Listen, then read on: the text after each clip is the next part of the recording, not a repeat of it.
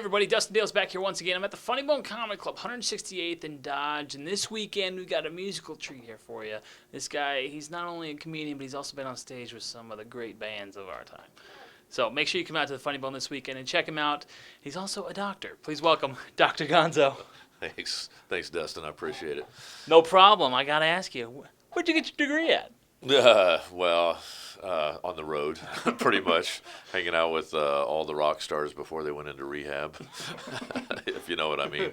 See, I was thinking about that the other day, that most of the people that I worked with over the years, they're either dead or they're cleaned up and Jesus freaks now. Oh, yeah. So, yeah, it all happens.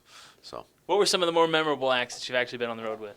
Well, the coolest one was Huey Lewis in the News back in the 80s. His manager saw me at outdoor Golden Gate Park. I was opening for some bands, and I had the crowd doing all kinds of stuff with their hands, and he asked me if I got lucky or if that's what I do, and I said, well, I like playing the big crowds like that. And about a month later, he called me up, and Huey was supposed to go out and open for the Kinks, big band, and then the Kinks got in some fight, and so they had to scramble and get on the road and all the nightclubs and everything, and I was cost effective. I was one guy, as an opening act instead of another band. And so I ended up doing about a year and a half with them on the road because I kept pulling it off every night. And they said, well, as long as this works. Grace Slick always called me the cartoon before the movie, when I was working with the Starship and people like that. So I thought that was kind of a pretty cool way to describe what it was I did. So when I was a kid, we'd always go to the movies, and you'd either get like a short clip of the Three Stooges or some Warner Brothers cartoon. And so that's kind of how I approach it. Lights go down, crowd goes, and then, well, first we got a comedian. What? You never knew what you're going to get. As long as you got a good intro, it usually turned out pretty good. So. Yeah, so you were actually opening on the road for a band as a comedian. And what's the general reaction for a crowd that would go see Huey Lewis in the News and then see a musical comedian come out? Well, I was doing parodies, little short parodies and things like that with my guitar of popular acts at the time, Billy Idol or ZZ Top or stuff like that, and so they kind of were going, oh, okay. It took them a little bit. It would always take them a few, maybe the first couple of minutes to go, we're not really sure. And actually, when we started playing outdoor venues, in the summertime, my job was to make the sun go down so the lights looked good on the band. I was just there to stall time until they looked really good when they got introduced. So, I did my job. I got people laughing, and it was a lot of fun. A lot of times people are still coming in late, for shows, and they would always take a break between me and the band, which was great for merchandise sales. People go out and buy more booze and buy T-shirts and things like that. So they made money off of me, that's for sure. What came first, the musician or the comedian?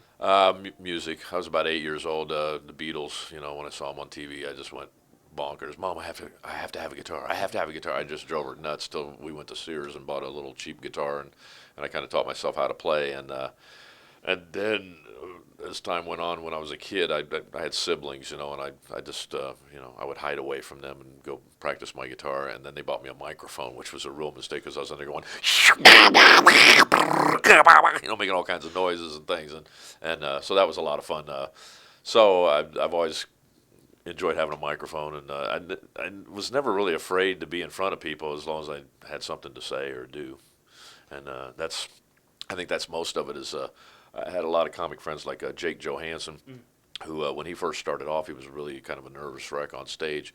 He knew he was writing funny material, but he wasn't comfortable, and then all of a sudden he kind of came into his stride and got comfortable on stage, and then he got really good real quick. So my thing was I was really comfortable on stage. It was just developing the material as I went along. So interesting life to be a comedian on the road. I can imagine. It's just that kids don't try this. No, there's plenty of comics out there. We don't need any more. Thank you.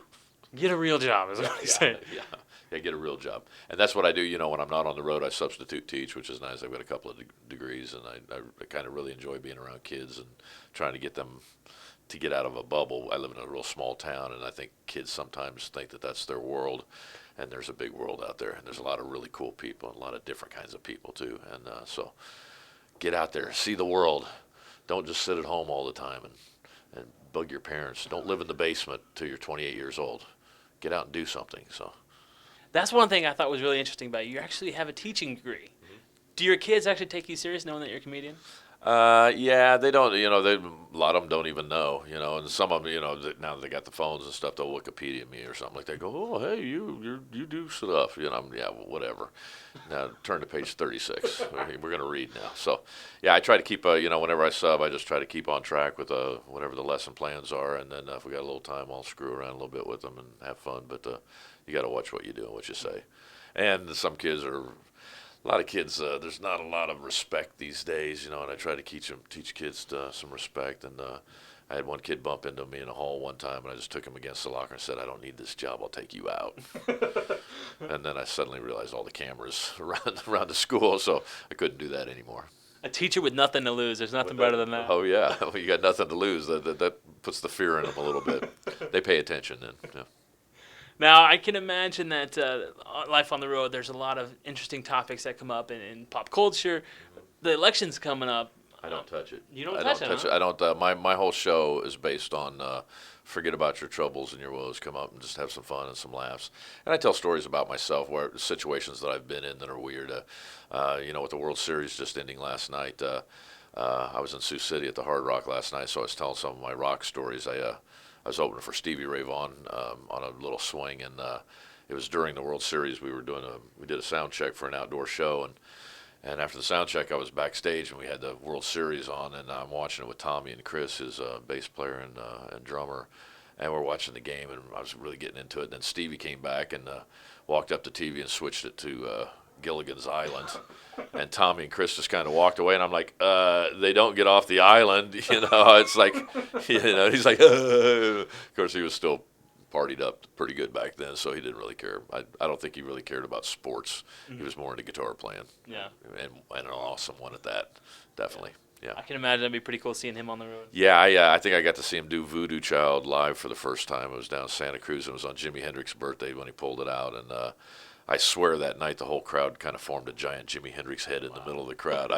Maybe I just imagined that, but I did have an epiphany that night watching him play, because we'd done a couple nights before, and I kept watching his hands and just the way he played, and I was paying more attention to his left hand and not his right hand. And that night down in Santa Cruz, while he was playing, he was doing this this Texas shuffle kind of thing, and I went, man, it's about the right hand. It's not about, this is all technical, but this is your heart and soul.